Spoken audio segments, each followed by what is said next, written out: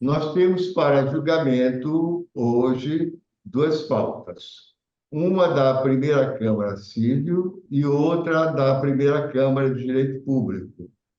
Eu estou comunicando aqui, nesta oportunidade, que iremos julgar apenas os processos pautados na primeira Câmara de Direito Público, uma vez que estou retirando de pauta o processo pautado na primeira Câmara Civil. Então, doutora Lívia, tem a advogada da... Anuncia, desembargador, só para registro. Tem Só sim, para pedir. excelência. Doutor Lucas Fernandes Ribeiro Banhos está presente. Está presente, né? Então, eu gostaria que o doutor Lucas estivesse presente, aí ele já se encontra aí, né? Sim, senhor. Sim. Então, doutor Lucas, eu estou retirando de pauta este processo da nossa primeira Câmara Civil. Nós vamos fazer hoje somente a sessão da Câmara, de Direito Público. Então, eu, com a retirada de pauta, eu peço as minhas escusas, mas por motivos superiores, nós estamos fazendo a retirada de pauta deste processo. Sem problema, excelência. Agradeço a atenção. Então, retirado de pauta, os membros da Câmara estão cientes que nós temos apenas os dois processos para julgamento e eu concedo a palavra, o momento para a nossa querida desembargadora Ângela fazer uma reflexão necessária para o início da nossa sessão.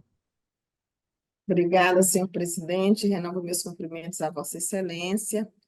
Também renovo meus cumprimentos à desembargadora Francisca Galiza, ao nosso ilustre procurador, à nossa secretária, aos senhores advogados que estão na sala virtual, então presencial aí no plenário, aos senhores servidores e servidoras da nosso tribunal e todos aqueles que nos assistem pela rede mundial de computadores.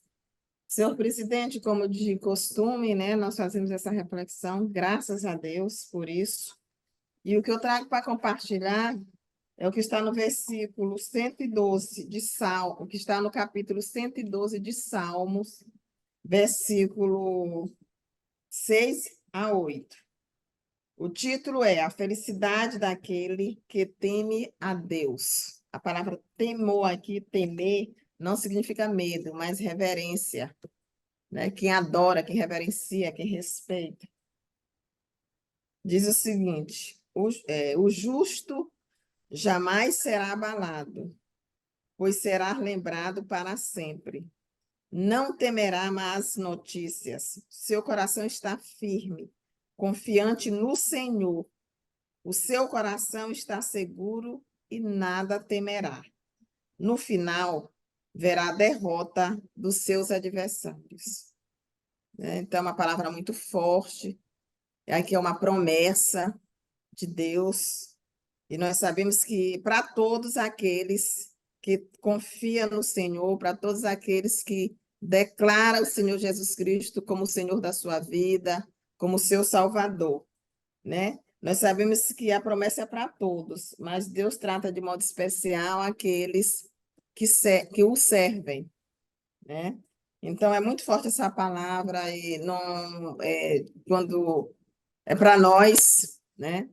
Não, independentemente das circunstâncias que possamos estar vivenciando, tristeza, tribulações, adversidades, mas nós temos que olhar para o alto, nós temos, para não ficarmos abalados, né? Nós temos que confiar naquele que nos criou, naquele que deu a sua própria vida por amor de nós. Porque se não agirmos dessa forma, nós estamos negando todo o sacrifício de Jesus na cruz, negando todo o amor dele por cada um de nós. Amém?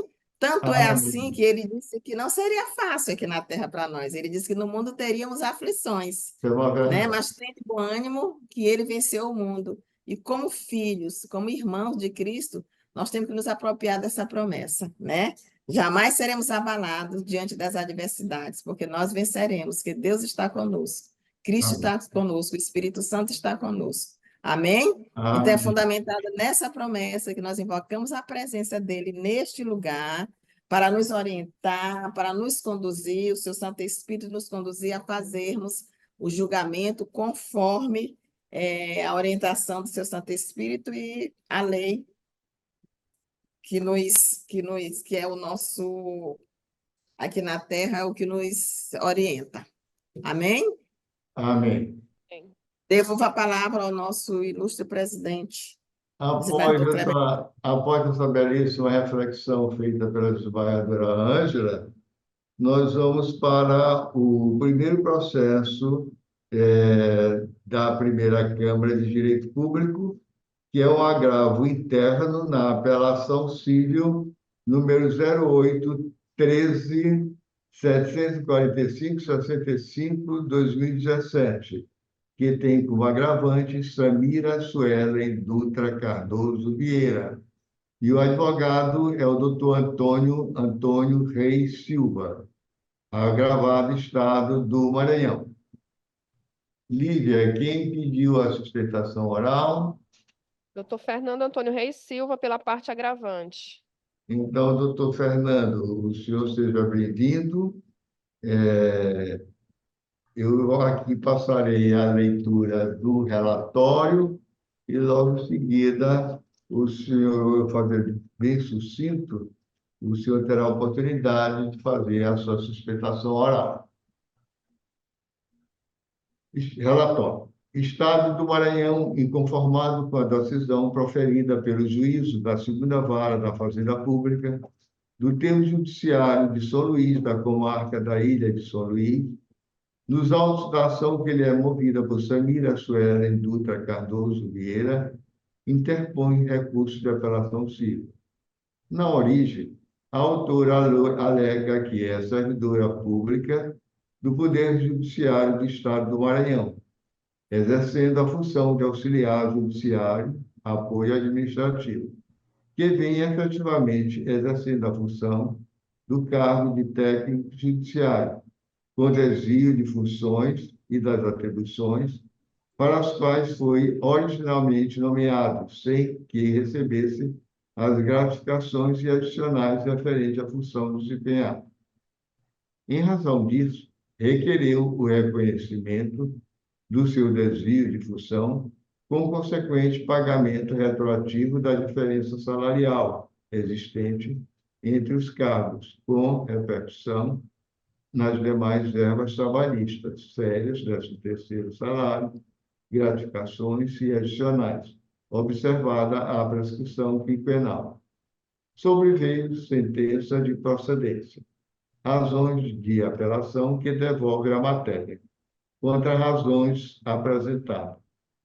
Dei provimento ao recurso.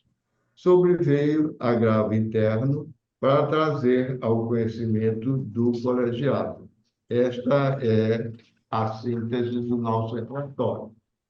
Então, eu concedo a palavra ao doutor Fernando Reis para, no prazo regimental, tecer as suas considerações, as suas razões orais, declinando o seu nome completo e ordem. Inicialmente, bom dia a todos. Agradeço a Vossa Excelência, desembargador Kleber. Fernando Antônio Reis Silva, OAB 21816, Maranhão. Tá? Eu estou aqui representando a agravante Samira Suelen Dutra Cardoso, né? Cumprimento a todas Vossas Excelências, desembargadora Galiza, desembargadora Ângela, agradecendo por trazer para nós a palavra de Deus sempre, né, no início das sessões, para iluminar o nosso trabalho. Também cumprimentando o ilustre representante do Ministério Público, doutora Lívia, secretária, demais servidores e colegas advogados eventualmente presentes aqui. Pois bem, a interposição desse agravo interno cível, em face da decisão de Vossa Excelência, desembargador Kleber, relator, que decidiu monocraticamente, em vias da gente debater, trazer ao conhecimento do colegiado, né, a nossa resignação por conta de que, a nosso sentir, com todas as vênias e respeito e admiração que tem pelo conhecimento e pela figura de Vossa Excelência, nos parece que a decisão vergastada, ela analisou apenas em abstrato tomadas o cotejo entre as funções de auxiliar e de técnico a partir da resolução 06 de 2007. Né? No entanto, o desvio de função, né, ele demanda um debruçamento sobre as provas produzidas. Né? Como muito bem fez o doutor Osmar na sentença de origem, né? Onde destacou as provas documentais, onde destacou as provas testemunhais, ele faz aqui a citação, né, transcrição dos trechos dos depoimentos que ajudaram a afirmar o seu convencimento a respeito da ocorrência do desvio de função. Né? Então, traz duas testemunhas, traz as citações, para fins de quê? Demonstrar de que, efetivamente, né, por ser uma matéria que demanda realmente a produção, a demonstração da prova da ocorrência do desvio, né? E aí, tanto para nós, requerente, para a autora, quanto para o juízo que vai analisar, não se pode simplesmente prender-se, olha, a nosso ver, né, a resolução diz isso, existe uma diferença e está configurado ou não está configurado o desvio de função.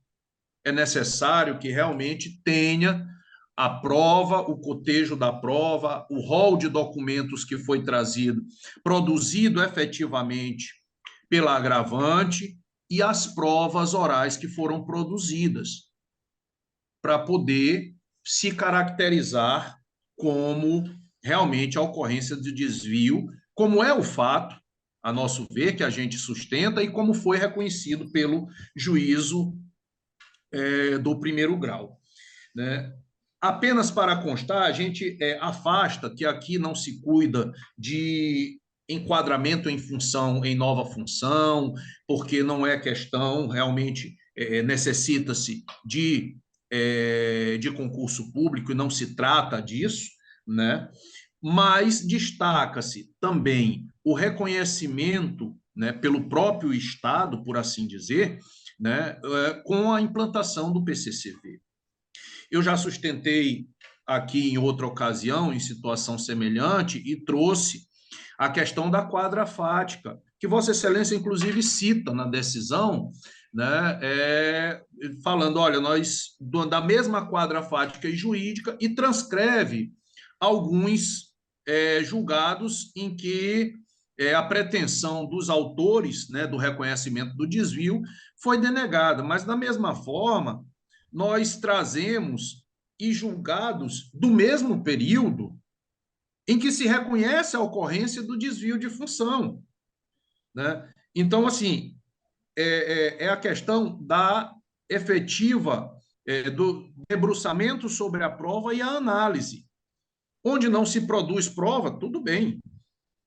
Onde se produz prova, como a nosso ver é no caso, né, é forçoso reconhecer. Então, por exemplo, Vossa Excelência traz aqui da própria primeira Câmara, de julho de 2021, uma decisão de vossa relatoria, onde o apelo do servidor foi desprovido, né, não reconhecendo a ocorrência do desvio de função, em julho de 2021.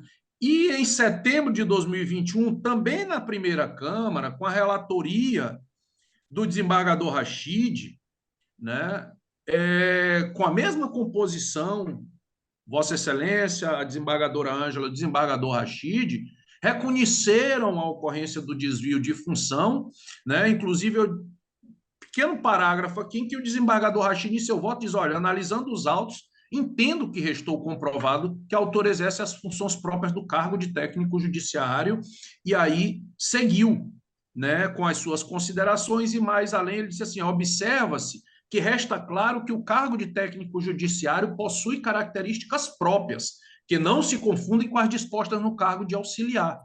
E, em virtude da escassez de servidores, o Estado apelado vem exercendo, a apelada, tratava-se de uma apelação do Estado, vem exercendo com presteza as atribuições de técnico judiciário. Então, assim, da mesma forma, Vossa Excelência apresenta um outro julgado aqui da Sexta Câmara, salvo engano, de relatoria, Sexta Câmara, de relatoria do desembargador Zé Jorge, de 3 de maio de 2022, e a gente juntou também, como exemplo, um outro julgado, 0828189, da Sétima Câmara de Relatoria do desembargador Antônio Vieira, julgado 12 dias depois, 15 de maio, com conclusão absolutamente diferente, qual seja, pelo reconhecimento da ocorrência do desvio de função. Então, essencialmente, né, cuida-se do debruçamento sobre as provas, que, a nosso ver, a decisão de Vossa Excelência, né, quando Vossa Excelência parte imediatamente para fazer o cotejo entre as funções de auxiliar judiciário e técnico judiciário, apoio administrativo, né, fazendo, como disse, apenas pela comparação, em abstrato, né, sem considerar, a nosso ver, as provas que foram produzidas. E aí conclui que não surge desvio de função quando o servidor pratica alguns atos de menor complexidade. Mas a prova não aponta para isso, né? Então, aqui a gente traz, agravando a vossa decisão, a matéria ao conhecimento do colegiado, para que seja revista essa decisão e reconhecido o desvio de função, porque a prova constante dos autos e mesmo a jurisprudência, né, os julgados, tanto da época quanto os mais recentes, eles apontam para os dois lados, inclusive nessa própria Câmara, né? E voltando até à questão temporal, né? Hoje não se fala mais em desvio de função por conta da implantação do PCCV com a atribuição da VPNI, né? Que ela praticamente iguala os vencimentos numa forma de reconhecimento de que as funções se confundem e há uma exorbitância no exercício da função do auxiliar judiciário para alcançar as mesmas atribuições, efetivamente, na prática, as atribuições do auxiliar, do técnico judiciário, perdão. E aqui nós estamos falando de um momento pretérito, né? O processo de 2017 que pleiteava verbas desde 2012, né? Aí por conta da prescrição quinquenal. Então, assim, é uma situação onde não, à época, nem sequer cogitava ainda PCCV, né? Para atualização dessa matéria. Então, assim, como eu disse, hoje, realmente, falar na pretensão tem que se afastar, porque a pretensão ela é de diferenças, é pecuniária, né, de diferenças remuneratórias, que hoje não cabe mais, a partir de 2022, com a implantação do PCCV. Porém, aquilo que tem para trás é realmente devido, e desde que comprovado, e no caso, a nosso ver, e que a gente pugna, é que as provas constantes dos autos, eu repito, elas demonstram, né, e como foram exaustivamente analisadas pelo juiz de base, né, elas demonstram de que houve esse desvio de função e, portanto, o Estado deva ser condenado, como foi na sentença, né, ao pagamento das diferenças havidas entre auxiliar judiciário e técnico judiciário. São essas as considerações que eu trago para apreciação do colegiado quanto à decisão, pugnando ao final pela reforma, o reconhecimento da ocorrência do desvio e o provimento do recurso. Agradeço a atenção de Vossas Excelências e desejo mais aí um bom dia, um bom trabalho a todos nós. Obrigado, doutor Fernando. Passarei, então, à leitura do voto. Confirmo a decisão que proferi. O cerne da questão está na comprovação do desvio de função da servidora nomeada para o cargo de auxiliar judiciário para exercer atividades inerentes ao cargo de técnico judiciário, razão pela qual deveria receber as diferenças remuneratórias. Vejamos o teor da resolução número 06 de 2007, que trata das atribuições dos cargos de auxiliar judiciário, apoio administrativo e técnico judiciário, apoio administrativo com as nomenclaturas atualizadas pela Lei 8.715/2007. Abraço. Auxiliar judiciário. Atual auxiliar judiciário, apoio administrativo. Participar de treinamento diverso de interesses da administração, proceder à entrega e ao recebimento de documentos em âmbito externo e ou interno, utilizando o protocolo quando necessário, objetivando dar seguimento às atividades da área, providenciar fotocópias de leis, jurisprudências, doutrina e outros documentos necessários à instrução do processo administrativo e judiciário, e manter organizados os armários e arquivos destinados à guarda de materiais de consumo e permanente e de documentos diversos, efetuar a remoção de móveis e equipamentos, auxiliar no tombamento do material permanente. Manter em condições de higiene e asseio os equipamentos e utensílios do local de trabalho. Apoiar o atendimento da tropa nas salas, sessões, gabinetes, secretarias, serviços e setores, proceder à entrega de material de expediente nas unidades do Tribunal de Justiça ou da Justiça de primeiro grau. Operar equipamento de reprografia, executar outras tarefas da mesma natureza e grau de complexidade na área judiciária. Incumbe ainda executar os serviços de expediente, inclusive digitação, entre outras atividades da mesma natureza que lhe forem cometidas pelo titular da serventia. Já o técnico judiciário B, atual técnico judiciário, apoio administrativo. Função: participar de comissões quando designado e de treinamento diverso de interesses da administração. 1.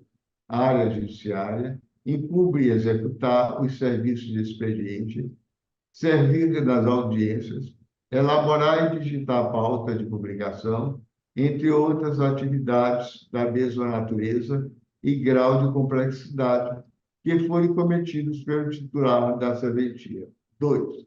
Área administrativa. Incumbe desenvolver atividade em geral dos órgãos onde estiverem lotados, incluindo digitação, andamento de feito, elaboração de certidões e relatório, indexação de documentos e o atendimento ao público, entre outras atividades que lhe forem cometidos pelo superior hierárquico. Ocorre que não surge desvio de função quando o servidor pratica alguns atos de menor complexidade, atribuído ao nível superior. Afora isso, não logrou a autora êxito em comprovar o alegado desvio de função. Em situação com a mesma quadra fática e jurídica, é a jurisprudência pacificada no TJMA. Eu, nessa oportunidade, colaciono no meu voto jurisprudência da minha lavra no ano de 2021, na apelação civil 080-6445, assim como do desembargador José Jorge Figueiredo dos Anjos, na apelação 08-32-671, e do desembargador Raimundo Barros, na apelação 0800-564. Todas elas nesse sentido. Então, forte nessas ações, reafirmando jurisprudência do TJMA, é que dei provimento ao recurso de apelação civil para julgar improcedentes os pedidos vertidos na petição inicial. Confirmando essa decisão, nego provimento ao agravo interno. É como voto. Desembargadora Ângela.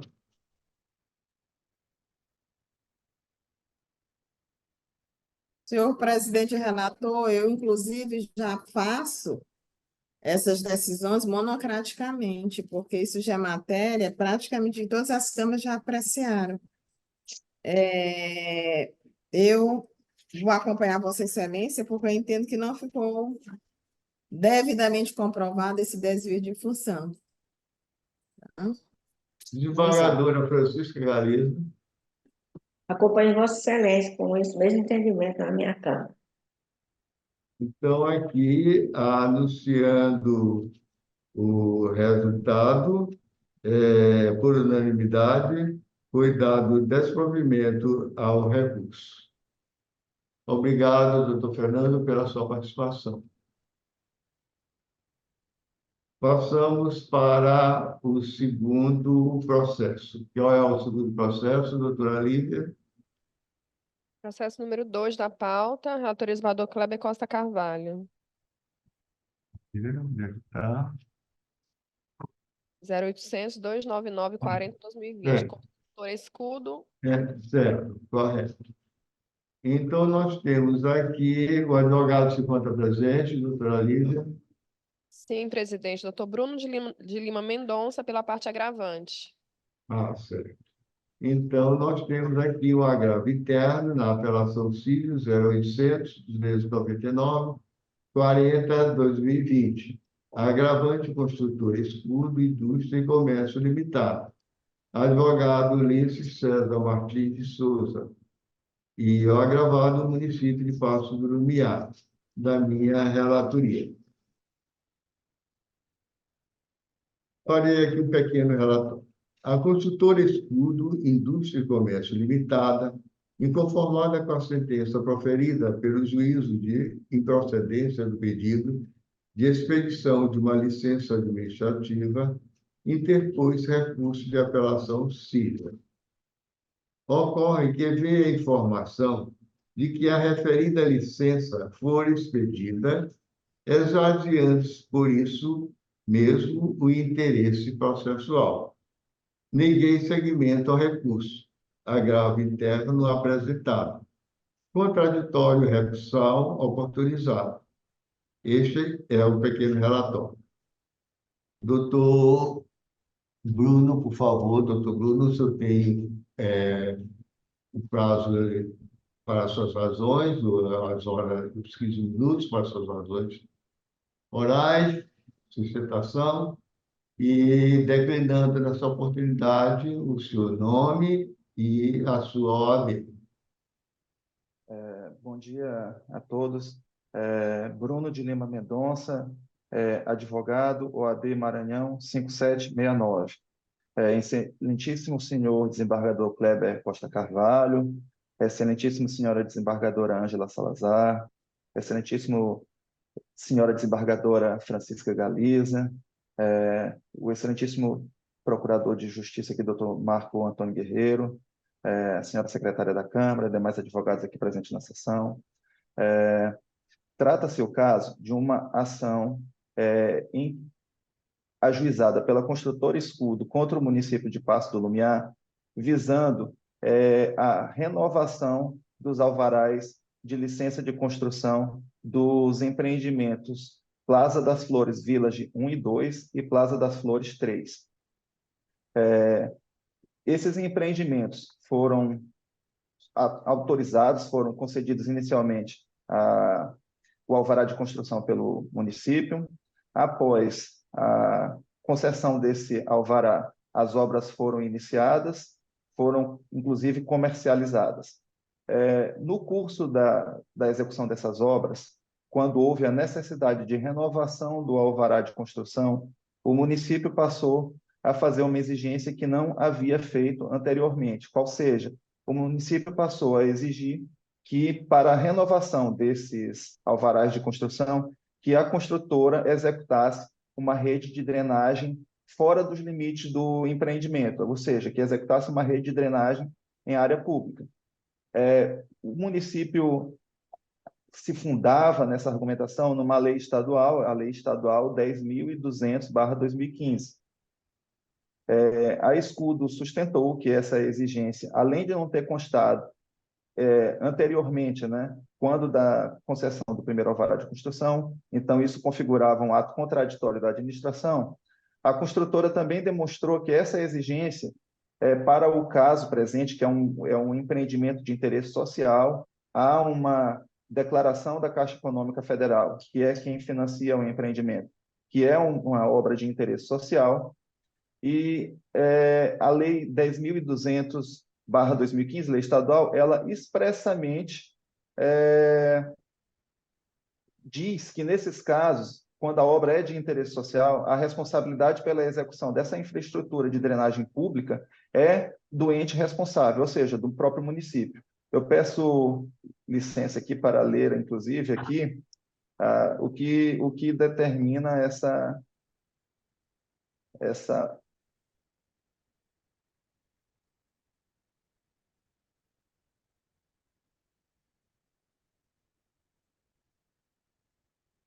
aqui consta.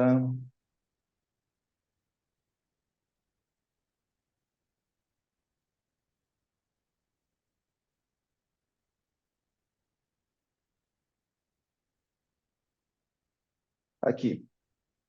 Estão sujeitos ao cumprimento das obrigações previstas nesta lei, é o artigo 5º. Aí vem lá no parágrafo 5º. As exigências contidas neste artigo não se aplicam aos empreendimentos habitacionais de interesse social, cujas medidas para a redução dos impactos hidrológicos e a manutenção da qualidade da água serão planejadas e executadas pelo titular dos serviços mencionados no inciso 4º do caput. Pois bem, com base nisso, a construtora ajuizou a ação, foi distribuída para a segunda vara cível de Paço do Lumiar, a medida liminar foi concedida, o alvará de construção foi renovado. Dessa decisão, o Ministério Público Estadual apresentou agravo de instrumento. Esse agravo de instrumento inicialmente foi distribuído para a 5ª Câmara Cível, depois ele foi redistribuído para a 4ª Câmara Cível, e a 4ª Câmara Cível negou provimento a esse agravo de instrumento, e eu peço licença aqui para ler a ementa desse julgado, porque a ementa desse julgado enfrentou exatamente a mesma matéria que enfrentou aqui a matéria de mérito do processo, né? Aqui, ó, civil e processual civil, agravo de instrumento com pedido de efeito suspensivo, ação ordinária com pedido de tutela provisória, renovação de alvarás de construção, decisão mantida. Consoante o disposto no parágrafo 5º, artigo 5º da Lei Estadual 10.200/2015, que dispôs sobre a política estadual de gestão e manejo integrado de águas urbanas, entendo que os empreendimentos em litígios, por serem de interesse social, as exigências contidas para a redução dos impactos hidrológicos e a manutenção da qualidade da água deverão ser planejadas e executadas pelo titular do serviço de saneamento básico. Verifico a princípio que, já tendo havido anteriormente expedição de alvarás, bem como sucessivas renovações, entendo que foram atendidas as exigências legais para a expedição dos administrativos pretendidos na origem, recurso desprovido.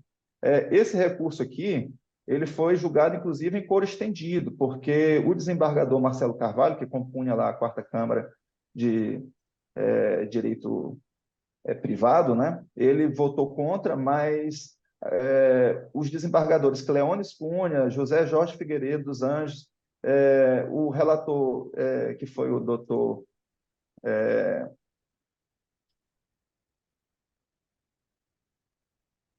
José Gonçalo e a doutora Galiza, que inclusive compõe aqui essa sessão também, eles votaram pelo desprovimento desse recurso do Ministério Público. O processo, então, lá na segunda vara de Paço do Lumiar, o juiz entendeu, a pedido do Ministério Público, que a causa versava sobre interesses difusos, né? E reencaminhou o processo para a vara de interesses difusos e coletivos de São Luís. Então, lá foi proferida a sentença em que o juiz, sem sequer analisar essa decisão do TJMA, e também sem sequer mencionar, ele não menciona em nenhum ponto da decisão dele, ele simplesmente ignora por completo a disposição da Lei Estadual 10.200/2015, que diz que essa obra lá de redução dos impactos hidrológicos, que essa obra tem que ser feita pelo município, não pela construtora. O juiz acabou por sentenciar, né, julgando improcedentes os pedidos formulados pela construtora.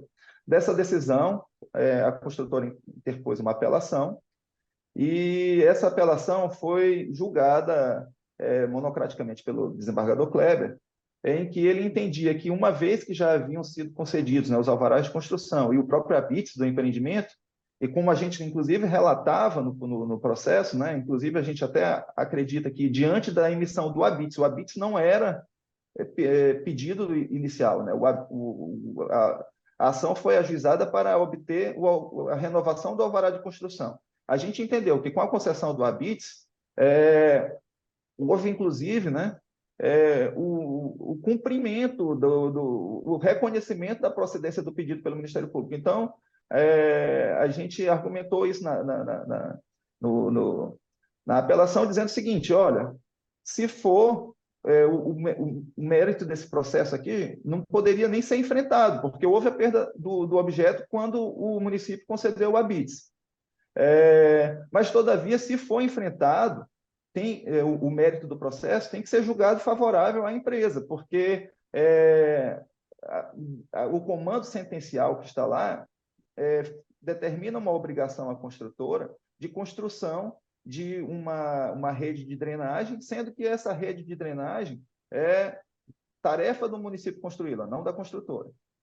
Mas o doutor Kleber, com a devida vênia, entendeu que não havia interesse recursal, daí nós interpusemos o agravo interno, dizendo exatamente isso: olha, a construtora tem total interesse no julgamento do mérito desse agravo, porque hoje ela tem uma decisão de mérito desfavorável a ela. Então, se for entendido que, com a concessão do habites, houve a perda do objeto, não é caso de julgar que o recurso não tem interesse, né, que a recorrente não tem interesse recursal. É caso de anular a sentença para que o processo seja extinto sem resolução do mérito.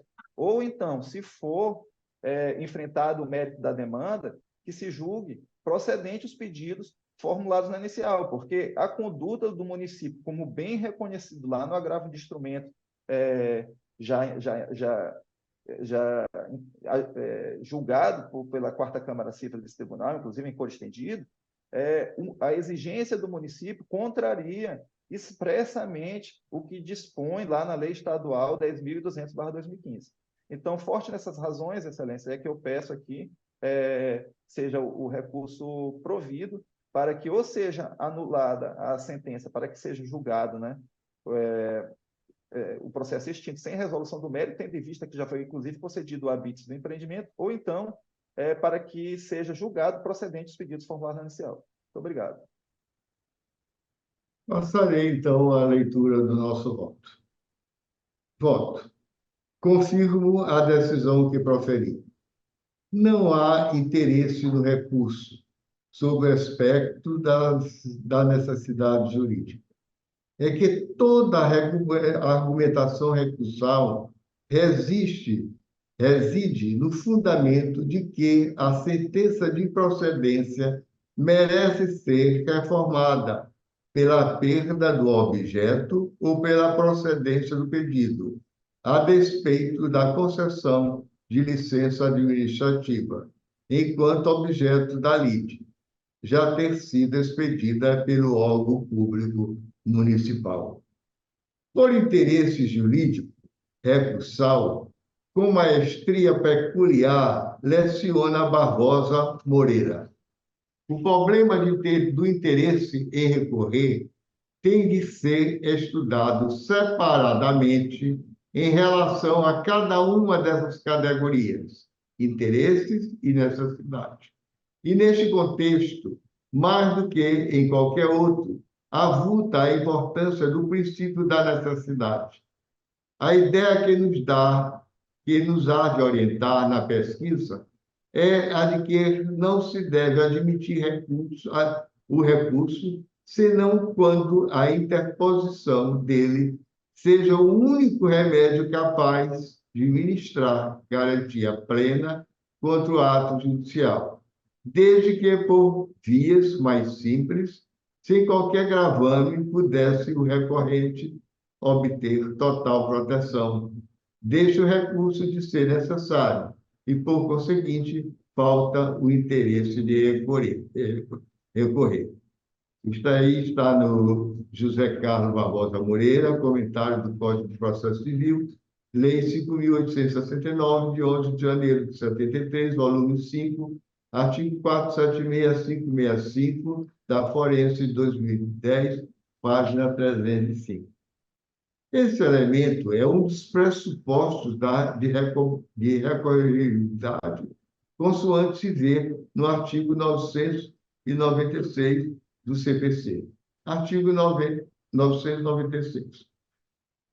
O recurso pode ser interposto pela parte vencida, pelo terceiro prejudicado e pelo Ministério Público, como parte ou como fiscal da ordem pública. É exatamente essa interpretação que o STJ emprega.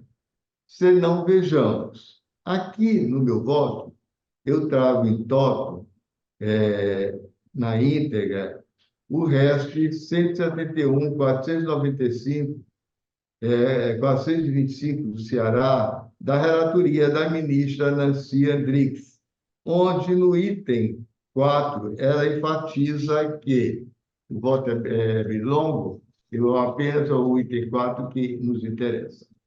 Está grafado no meu voto. Para recorrer, é necessário ter interesse recursal, que se verifica quando a interposição do recurso tem aptidão para, do ponto de vista prático, conferir à parte resultado juridicamente mais vantajoso do que aquele derivado da decisão recorrida, desde que essa vantagem só possa ser obtida por meio de recurso. Isso, como eu citei, está no RESP 171, 4925, da ministra Nancy Andrigues. Claro, no meu entendimento, que houve esvaziamento processual.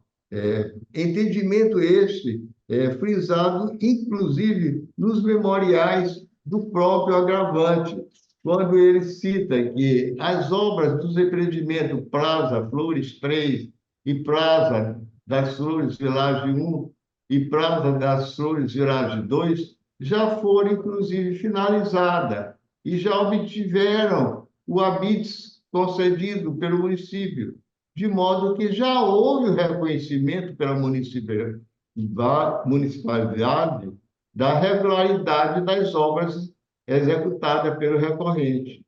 Tal fato demonstra de forma cabal que as exigências feitas pela municipalidade eram tão ilegais, que ela mesma já reviu a sua posição e reconheceu, mediante a expedição de habites, que as exigências dadas feitas eram desnecessárias. Então, nesse caso, forte dessas razões, já reconhecido, já temos, inclusive, feito o habites, nós não temos mais o que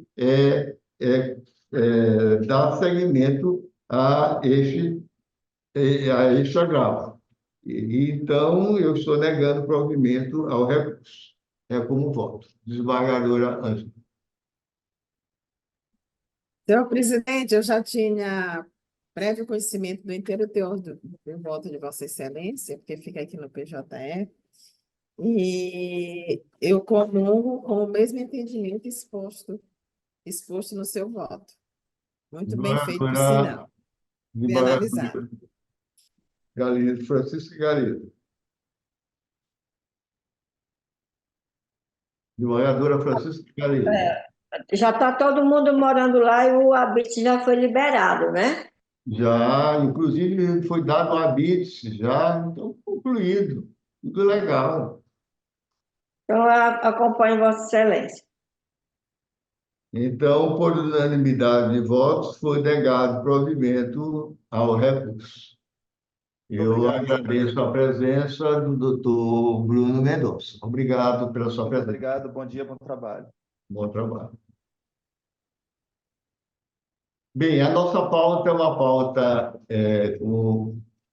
pequena, seria apenas 2 votos, e nós vamos aguardar para a próxima quinta-feira, com certeza, com uma pauta um pouco mais estendida. Agradeço, assim, a presença do nosso querido procurador Marco Antônio Guerreiro, pessoa muito querida e talvez, futuramente, nosso futuro colega aqui como desembargador. Nós estamos com uma torcida muito grande, doutor Guerreiro. E Meu querido, muito obrigado. agradeço aqui também a presença da doutora Francisca Galiza, que gentilmente veio atendendo o pedido do nosso querido e amado desembargador Jorge, que está no gozo de suas férias, e a desembargadora Ângela, sempre com a sua simpatia que lhe é peculiar, e a doutora Lívia. Obrigada, senhor presidente. Desembargador Kleber, eu tenho 17 anos como procurador de justiça e 17 anos oficiando na hoje primeira Câmara de Direito Público. E não tenho a mínima intenção de pedir remoção, porque eu adoro esse convívio. Já trabalhamos com... Vamos ali, aqui. Não Hã? está aparecendo. Oi? Não, desculpa, desembargador. Começamos trabalhando com a desembargadora Raimunda Santos A Bezerra, saudosa Raimunda Bezerra. Eu também já Graça, aí veio do desembargador Cleves, desembargadora Ângela e agora a doutora Francisca Galiza, minha querida amiga de longas datas. E é sempre um grande prazer estar aqui compartilhando desses belíssimos julgamentos que a Câmara tem proferido. Então, eu dou assim por encerrada a nossa sessão, agradecendo a presença de todos. Muito obrigado. Apenas uma coisa que ficou faltando. Sobre a ata da sessão passada. Todos aprovam? Aprovado. Então, Lívia, consta aí que a ata da sessão passada foi aprovada.